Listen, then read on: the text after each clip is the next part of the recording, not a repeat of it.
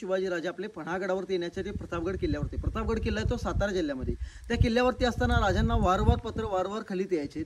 हे म्हणजे जावळीच्या खोऱ्यामध्ये राहणारे जावळीचे मोरे राजांना वारंवार पत्र पाठवतात आणि म्हणतात तुम्ही कोण, आम्ही तुम्हाला राजा मानत नाही. मी छत्रपती शिवरायांना चंद्ररावजी मोरे जावळीचे मोरे होते, राजाने मानत नव्हते. आणि ते आदिलशाहीची हुकूमत आदिलशाहीची वतनदारी सांभाळत होते. आपल्या राजाला राजा मानायचं नाही. राजे त्यांच्या भेटीला गेले, वारंवार वारंवार पत्र येतात. तर राजे त्यांच्या भेटीला गेले तर जावळीचे मोरे म्हणतात तुम्ही कोण राजा, आम्ही तुम्हाला राजा मानत. तुम्ही राजे म्हणाले तुम्ही हिंदू असून आदिलशाहीची हुकूमत चालवताय, आपल्याच गोरगरीब लोकांच्यावरती अन्याय होतोय. या जावळीच्या खोऱ्यामध्ये राहणारे जे आपले हिंदू लोक आहेत त्यांच्यावरती अन्याय होतोय. तुम्ही या गोष्टी करू नका. ते म्हणाले आम्ही तुम्हाला राजा मानत, आम्ही तुम्हाला राजा जो म्हणत नाही, तुम्ही आम्हाला राजा मानायचं, त्यामुळे तुम्ही आम्हाला सांगायचं नाही. छत्रपती शिवरायांना उद्धटपणाचं बोलणं केल्यामुळे राजाने ते जावळीचं गाव, जावळीचे जंगल आपल्या ताब्यामध्ये घेतलं. तर जावळी आमच्याकडून काढून घेतले. जावळीच्या मोरांना जावळी सोडावी लागली. ते थेट आदिलशाहीच्या दरबारात पोहोचले. आदिलशाहीची आई असते बडी बेगम, एकदम रागीट स्वभावाची असते. तिच्यासमोर तो हुकूम काढला, तो विडा काढून छत्रपती शिवराय को राजा बन रहा है, राजा बनने से रोकना है, असा विडा म्हणजे असं फरमानं जातं. छत्रपती शिवराय राजा बन रहा है, इसको राजा बनने से रोकना है. मग छत्रपती शिवरायांना पकडण्यासाठी आदिलशाहीची आई असते बडी बेगम, एकदम रागीट स्वभावाची. हिंदू म्हणून कोणता राजा बनतो, इसको राजा बनने से रोकना है म्हणून ती विडा काढते. छत्रपती शिवाय को कोण पकडलाय का, राजांना पकडण्यासाठी कोणी तयार होत नाही. कारण राजांचे वडील आदिलशाहीकडे होते. आदिलशाहीकडे म्हणजे आदिलशाहीची आई असते बडी बेगम, छत्रपती शिवरायांचे वडील शहाजीराजे आदिलशाहीकडे होते. राजांना पकडण्यासाठी कोणी तयार होत नाही. त्यातून आदिलशाहीचा सरदार, त्या सरदाराचं नाव असतं अफजल खान, तो विडा उचलतो आणि तो म्हणतो छत्रपती शिवा को मैं पकड लावूंगा. आणि राजांना पकडण्यासाठी तो विडा उचलला, मोठा फौजफाटा घेतला, शस्त्रपाटा घेतला आणि प्रतापगडच्या दिशेला लागला. तर जेव्हा प्रतापगडच्या तो दिशेला लागतो तर राजाने त्याची कुणकुण भासवते. आपल्या दिशेने अफजल खान नावाचा व्यक्ती चालून येत आहे. राजे प्रतापगडावरती असतात. अफजल खान तो वाईच्या रंगामध्ये लपतो. तर वाईच्या रंगामध्ये जेव्हा तो लपला, तिथून त्याचा वकील असतो कृष्णाजी भास्कर कुलकर्णी या नावाचा वकील असतो. त्याला सांगितलं जातं छत्रपती शिवा को बोलतो अफजल खानचा बाप को मिलने के लिए प्रतापगड के नीचे वाई के जंगल पे बुलाय. तसा नेहरू प्रतापगडावरती गेला. पण राजांना कुणकुण आधीच लागली असते. राजे प्रतापगडाच्या पायथ्याशी वाईच्या रंगामध्ये अफजल खान साहेबाला तुम्हाला भेटीला प्रतापगडाच्या पायथ्याशी वाईच्या रंगामध्ये बोलले गेले.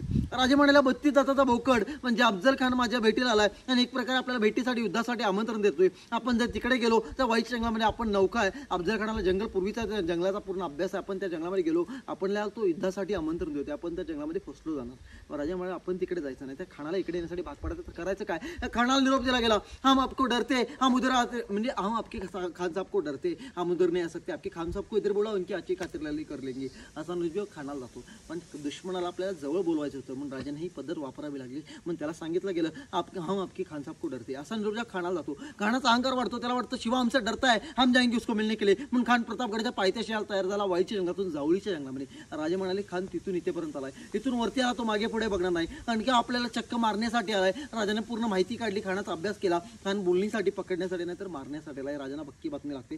राजे म्हणाले याच्या भेटीला जावं लागणार, कारण की आपले थोरले बंधू यांचं नाव होतं संभाजी, यांना खानाने दगाफटका करून मारलं होतं. आपला मागचा बदला राहिलाय तो पूर्ण करायचा आहे. आणि छत्रपती शिवाजी महाराज त्या भेटीला जाण्यासाठी तयार झाले आणि त्यावेळी तारीख ठरवली गेली 10 नोव्हेंबर 1659. काही दिवसाचा कालावधी होता. राजांनी खानाचा पूर्ण अभ्यास केला आणि जाताना कोणाला घेऊन जायचं तर जीवामालाला घेऊन जायचं. अफजल खानाचा अंगरक्षक सय्यद बंडा आणि राजांचा अंगरक्षक जीवामाला दानपटा चालक मध्ये राजाच्या भेटीला, अफजल खानाच्या भेटीला 10 नोव्हेंबर 1659 गडाच्या पायथ्याशी गेले.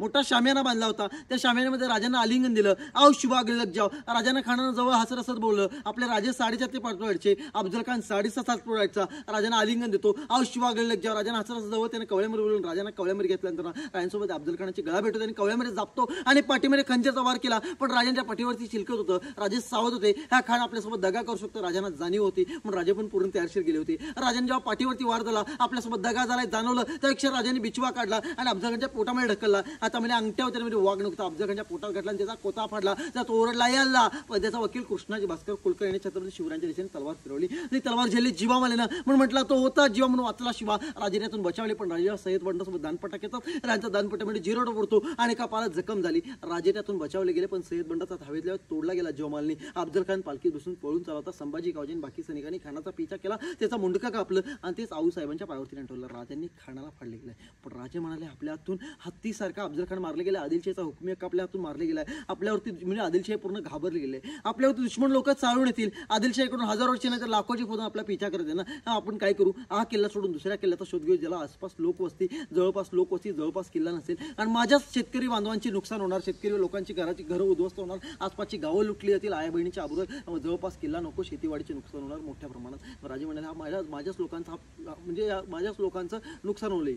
मग राजाने हा किल्ला सोडायचा विचार केला आणि पन्हागडावरती म्हणजे राजाने किल्ल्याचा शोध घ्यायला चालू केला. तर राजे प्रतापगड सोडून ह्या किल्ल्यावरती 18 दिवसात म्हणजे 28 नोव्हेंबर 1659 ला राजाने किल्ल्याचा शोध मिळाला. याला जवळपास किल्ला आणि लोकवस्ती नव्हती. राजा गडावरती आले गेले. हा किल्ला तेव्हा आदिलशाहीकडून जिंकला गेला. संध्याकाळी मशाली मग शिवानावी या व्यक्तीने गडाच्या पूर्वेपासून दाखवला. हा किल्ला जिंकला. राजा गडावरती आले. राजे म्हणाले आपण आता काही दिवस काही महिने गडावरती थांबू. आपला कोणतरी बदला घेण्यासाठी कोणतरी पिछा करतोय, आपला पाठलाग करतोय. आपला बदला घेण्यासाठी म्हणजे अफजल खानाचा बदला आणि आदिलशाहीकडून हा किल्ला काढून घेतला, त्याचा बदला घेतला जाऊ शकतो. बदला घेण्यासाठी कोणतरी पाठलाग करतोय, कोण येतं बघू.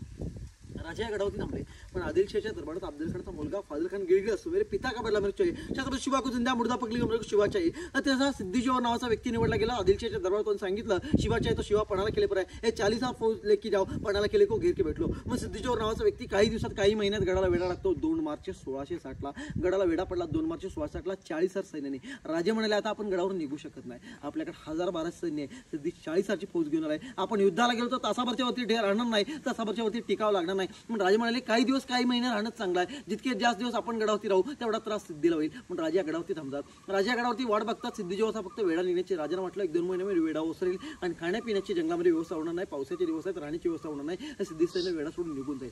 राजांनी गडावरती थांबण्याचा निर्णय घेतला. राजा गडावरती थांबतात. 1 महिना, 1.5 महिना, 2 महिने, 2.5 महिने, 3 महिने, 3.5 महिने, अखेरकार 4.25 महिने झाले. पण वेढा निघण्याची चिन्ह दिसत नाही. पण भरलेली कोठार रिकामे होत आले. माझ्या मावळ्यांच्या वरती उपासमारीची वेळ येणार आता आणि काही दिवसात गडावरती पाऊस वाढणार. आता पावसाचा दिवस चालू होणार. हा पाऊस वाढला आपलं सैन्य ते उपाशी मेले जाईल आणि गडावरती धान्य साठा नाहीये. आपल्याला किल्ला लवकरात लवकर सोडावा लागेल. नसेल तर येणाऱ्या संकटाला सामोरं जावं लागेल. तर करायचं काय? गणिमिकावाने पद्धत करू. सिद्धीजोहरला एक पत्र पाठवलं. गणिमिकाव्या पद्धतीने सिद्धीजोहरला एक पत्र पाठवलं की राजे तुमच्या भेटीला येत आहेत. सिद्धीला वाटतं गडावरती लाखोची फौज आहे आणि त्यामुळे तो गडावरती याचं धाडस करत नसतो. आणि राजाने जेव्हा पत्र येतं भेटीला त्याला तर राजाने तो नकार देतो. आणि राजाने हत्तीसारखा अफजल खान 2 मिनिटांमध्ये फाडला असतो. मी गेलो तर माझी हालत काय, गडावरती लाखोची फौज असेल या भीतीने सिद्धीजोहर नकार देतो. त्याला वाटतं गडावरती लाखोची फौज आहे. पण राजे दुसऱ्यांदा पत्र पाठवतात तरी सुद्धा त्याचा नकार येतो. राजाने तिसऱ्यांदा असं पत्र पाठवलं त्या पत्रामध्ये तहच्या वाटाघाटीचा उल्लेख करा. सिद्धी या अँगलनं तयार होत नाही भेटीसाठी, दुसऱ्या पद्धतीने त्याला बोलणी करू. मग तहच्या वाटाघाटीचा उल्लेख केला. या गडावरून जर सुरक्षित छत्रपती शिवाजीराजे गडावरून बाहेर पडले, या मोबदल्यात पन्हा किल्ला छत्रपती शिवरायांच्याकडून तुम्हाला भेट. राजाने तो किल्ला भेटीसाठी या गडाच्या पायथ्याशी बोलवतो. राजाने गडाच्या भेटीच्या म्हणजे गडाच्या पायथ्याशी या तुमची आणि माझी भेट करू यासाठी गडाच्या पायथ्याशी बोलवतो. छत्रपती शिवरायांना गडाच्या पायथ्याशी यायचं असतं. हा किल्ला म्हणजे गडावरून येताना 50 ते 60 सैन्य यायचं. किल्ला पण आपला होईल. राजे पण पकडले जातील. आदिलशाहीकडून मोठी जहांगीर मिळेल. अफजल खानचा मुलगा शाबास केली. याप्रमाणे सिद्धीजोहर होकार देतो आणि तावी तारीख ठरवली 12 जुलै 1660. पण राजांना गडाच्या पायथ्याशी जायचं. पण राजांच्याकडे अशा एक व्यक्तीचं नाव होतं बहिर्जी नाईक. हिंदी स्वराज्यात 3रा डोळा म्हणला जातं आणि दुश्मनाच्या कब्जामध्ये राहून वेगवेगळ्या वेशभूषा करून राजांच्या गुप्त बातम्या काढून राजांच्या कानोखाली पोहोचल्या जातात. राजांना सांगितलं राजा आपण इतके दिवस थांबलोय, या हजारो मावळ्यांचा जीव वाचवणं गरजेचं आहे आणि सिद्धी आपल्याला 2 भेटीला नाही, मला 3ऱ्या भेटीला बोलतो. मी त्याच्या मनामध्ये दुसरं काहीतरी चालू असेल. राजे तुम्हाला गडाच्या पायथ्याशी घ्यायचं, तुम्ही पकडला जाल, किल्ला पण जाणार आणि मावळे पण मारले जाणार. राजे करायचं काय? हा किल्ला सोडायचा आपल्याला. मला 2 दिवसाची मोहलत द्या, मी तुम्हाला मार्ग दाखवतो. त्या बहिर्जाने हा रस्त्याचा पूर्ण अभ्यास केला आणि राजांना सांगितलं, रस्त्याची पूर्ण माहिती घेतली आणि सांगितलं राजे या मार्गातून आपण बाहेर पडलो की मागे 7 पठारं लागतील आपल्याला. 7 पठार लोही मसाईची 7 पठारं ओलांडली की पुढे करपेवाडी, धनगरवाडा, पांढरापाणी, पावनखिंड आणि त्याच्या पुढे विशागड लागेल. राजे थोडा लांबचा पल्ला आहे पण हाच पर्याय, आपल्याकडे दुसरा पर्याय नाही. हजारो मावळ्यांचा जीव वाचवणं गरजेचं आहे राजे, त्यामुळे याच मार्गातून बाहेर पडायचं. राजांनी होकार दिला आणि मावळ्यांचा जीव वाचवणं गरजेचं होतं. पण राजाने या मार्गाचा निर्णय घेतला आणि राजाने जेव्हा 2 दिवसाची मोहलत गेली होती त्या 2 दिवसामध्ये हा मार्ग दाखवून बाहेरची नाही गडाच्या पायथ्याशी गेली. त्या गावामध्ये राहणारा व्यक्ती, त्या व्यक्तीचं नाव होतं शिवा नाही म्हणजे शिवा काशीद. गडावरती येताना पहिला पुतळा त्यांचा होता शिवा काशीद यांचा. त्या गडाच्या पायथ्याशी राहणारी व्यक्ती शिवानावी शिवा काशीद यांना गडावरती आणलं होतं.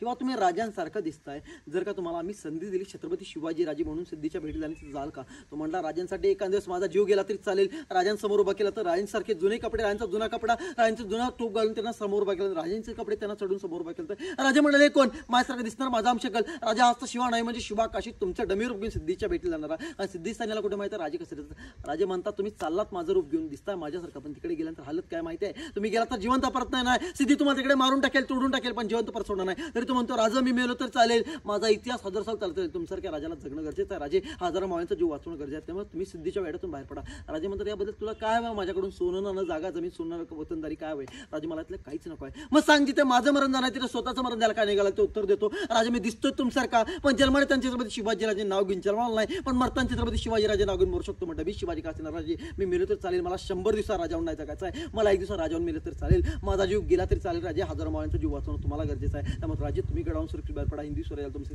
राजाची गरज आहे, मी मेलो तर मी एकटा मेलो जाईल, माझा इतिहास 1000 साल चालत राहील, राजे माझी संधी हिरावून घेऊ नका, असे राजे सावध केले. तेव्हा तो म्हणतो राजा ज्या तुमचे कपडा अंगाला लावलं त्याच वेळी शिवा नाही मला डुप्लिकेटची बाहेर तयार झाला. अशा वेळी राजाने त्यांना पालखीत बसून पणागडचा फेरफटका मारण्यासाठी पाठवलं. आपले सुद्धा मावळे ओळखू शकत नाही, राजे कसे दिसतात, त्यांना वाटलं राजाला मी सलाम करू लागली. ज्या आपले मावळे ओळखू शकत नाही, सिद्धी सैनिक काय ओळखणार, त्यांना ट्रेनिंग दिला, ते चालणं बोलणं राजांची सगळी पद्धत त्यांना शिकवली जाते. आणि ट्रायप्रमाणे सिद्धीजोरकडे गडाच्या पायथ्याशी पाठवत आहे. सिद्धीला वाटलं आता राजे 12 जुलैला आपल्या गडाच्या पायथ्याशी भेटीला येणार, तेव्हा सिद्धी खुश असतो, राजे कधी पकडले जातील म्हणजे आपल्याला आपल्या मावळ्याने घेऊन आपण निघून जायचं या प्रमाणात सिद्धीजोर गडाकडे डोळे लावून बसला असतो. 11 जुलैच्या रात्री राजे हजाराची फौज असते आणि गडावरून एकाच वेळी एवढे सैनिक घेऊन बाहेर पडू शकत नाही. इकडे शिवा कसे जर पकडले तर ती मारले जाणार, इकडे आपला पाठलाग लागला तर सैन्य मारलं जाईल. मग राजे जी बाकी हजाराची फौज होती टप्प्याटप्प्याने बाहेर काढतात. काही अंतरावरती सैन्य जाऊन थांबतं आणि राजे गडावरती असतात मोजकं सैनिक घेऊन, म्हणजे मोजकं सैन्य म्हणजे रायाजी बांधल, कोयाजी बांधल, बाजीबा देशपांडे, पोलाजी देशपांडे एवढंच मोजकं सैनिक घेऊन राजे गडावरती थांबतात. आणि सिद्धीजोरकडे 12 जुलै 1660 ला गडाच्या पायथ्याशी शिवाकाशांची पालखी 50 ते 60 सैनिक पालखी वाजत गाजत गडाच्या पायथ्याशी पाठवली. सिद्धीने ती पालखी रोखली गेली आणि चारी बाजूने बातमी लागली शिवा पकडेगा, शिवा पकडेगा. पालखीत बघितलं तर राजे दिसतात, ती पालखी छावणीत नेली आणि चारी बाजूने बातमी लागली शिवा पकडेगा, शिवा पकडेगा. गडाचा वेढा कमकुवत झाला, सैन्य गाफील झालं, त्यांची घोडदळ थांबली गेली. त्यांना वाटलं तर राजे पकडले गेले आणि त्यावेळी राजे असतात गडावरती वाऱ्यासारखी बातमी येते, राजे गडाच्या पायथ्याशी शिवाकाशात पकडले गेले. राजे दुसरी पालखी काढतात आणि राजे याच मार्गातून बाहेर पडतात. राजे 7 पठार ओलांडतात, म्हणतात पालखी सोडता, काळोखाची वेळ झाली. कारण ह्या संधीचा फायदा घ्यावा लागला, कारण की आपल्याला गडावरचा सिद्धीजोरच्या कब्जामध्ये शिवाकाशात पकडले. त्यांना वाटलं राजे पकडले, राजांना त्या संधीचा फायदा घेतला. गडाचा वेढा कमकुवत झाला, सैन्य गाफील झाला, राजाने याच मार्गातून बाहेर पडला. राजे म्हणतात पालखी सोडता, काळोखाची वेळ झाली, लांबचा पल्ला गाठायचा, पालखीतून जाणे शक्य नाही, वरून धोधो पाऊस आहे, शिवाकाशात गडाच्या पायथ्याशी पाठवलेत. एखाद्या चुकीवरनं एखाद्या बोलण्याच्या भाषेवरून ते ओळखला जाईल, मारला जाईल, आपला पिछा नक्की होणार. राजे पालखी सोडून निघून सैन्यासोबत निघून गेले. लांबचा पल्ला गाठायचा आहे, काळोखाची वेळ झाली, जंगल क्रॉस करून पुढे जायचं आहे. राजे पालखी सोडून पायी निघून गेले. पण सिद्धीजोरकडे डबे शिवाकाची राडे केली. सिद्धी विचारू लागला आप कोण आहे, असली शिवाजी. सिद्धी हसू लागला, शिवा पकडेगा, शिवा पकडेगा. काही वेळेस शिवाकाची असतात, त्यांना म्हणतो तू की असलेला काय, तू तर मरने वाला मेरे हाथ से. कुछ देर के बाद त्याला पण कळलं नाही, त्यांना आदिलशाहीकडे आधीच निरोप पडला होता, कुछ देर के बाद शिवा मेरे कब्जे में होगा. मग छत्रपती शिवाजीराजे पकडले गेले, तो हसत असतो आणि त्याला वाटलं गेलं छत्रपती शिवाजीराजे पकडले, पण ते पकडल्याचं शिवा नावी. काही वेळात अफजल खानचा मुलगा फाजल खान आपल्या बाबाचा बदला घेण्यासाठी तिथे येतो. काही वेळा तिथे तिकडे पोहोचला गेला. शिवा किधर है, शिवा किधर है, हे शिवा है, हे शिवा नहीं हो सकता, मेरे को पूछ लो शिवा दिखता कैसा है, शिवा को पहचान नहीं तो उसके सर का ऊपर का टोपा हटाओ, यहाँ पे नाखून है क्या देखो, जो शहीद बनाने शिवा के सर पर घाव किया था प्रतापगढ़ के नीचे, वो नाखून नहीं है, डुप्लीकेट है, हमारे साथ लगा हुआ है, असली शिवाजी से दिखने वाला दूसरा कोई है, इसको यही पे काट डालो, ये शिवा नहीं हो सकता, इसको यही पे काट डालो, हमारे साथ लगा हुआ है. मग त्याच रागाच्या बाबत शिवाकाशीने मारलं आणि शिवाकाशी छाती थाटपणे उभं राहिली. आता माझं राजे तर गडावून सुरक्षितपणे बाहेर पडले, फाजल खानाने मला बरोबर रोखले. मग राजांचा डमीर उगील शिवा नावी आहे, शिवाकाशी यांना रागाच्या भरात मारलं गेलं आणि राजांचा पाठला करणं सिद्धीसैन्य गडावरती आलं. पण राजे गडावरती नाही, राजे गेले कुठे, राजे कोकणाच्या दिशेने विशाळगडला उतरले असतील. पण राजांचा इथे सगळा शोधाशोध करून राजांचा पाठलाग चालू होतो. आपलं सैन्य एवढ्या ताकदीने स्पीडने चालतं. 16 तास जंगलाचा प्रवास, धोधो पाऊस, वार होता गुरुवार, म्हणजे त्यावेळी राजे गडावरून बाहेर पडले. 12 जुलै 1660 वार होता गुरुवार, आषाढी शुद्ध पौर्णिमा होती. गडावरून जेव्हा बाहेर पडले, सायंकाळच्या वेळी गडावरून बाहेर पडले. ते 16 तास जंगलाचा प्रवास, धोधो पाऊस, गुडघाभर चिखल, जळूचे त्रासन करत आपलं सैन्य एवढ्या ताकदीने स्पीडने चालतं, कोणत्याही क्षणी दुश्मन आपला पिछा करेल म्हणून आपलं सैन्य रात्रभर प्रवास करून पहाटे वेळी पांढरपाण्या गावामध्ये पोहोचतं. काही अंतरावरती लागते पावनखिंड.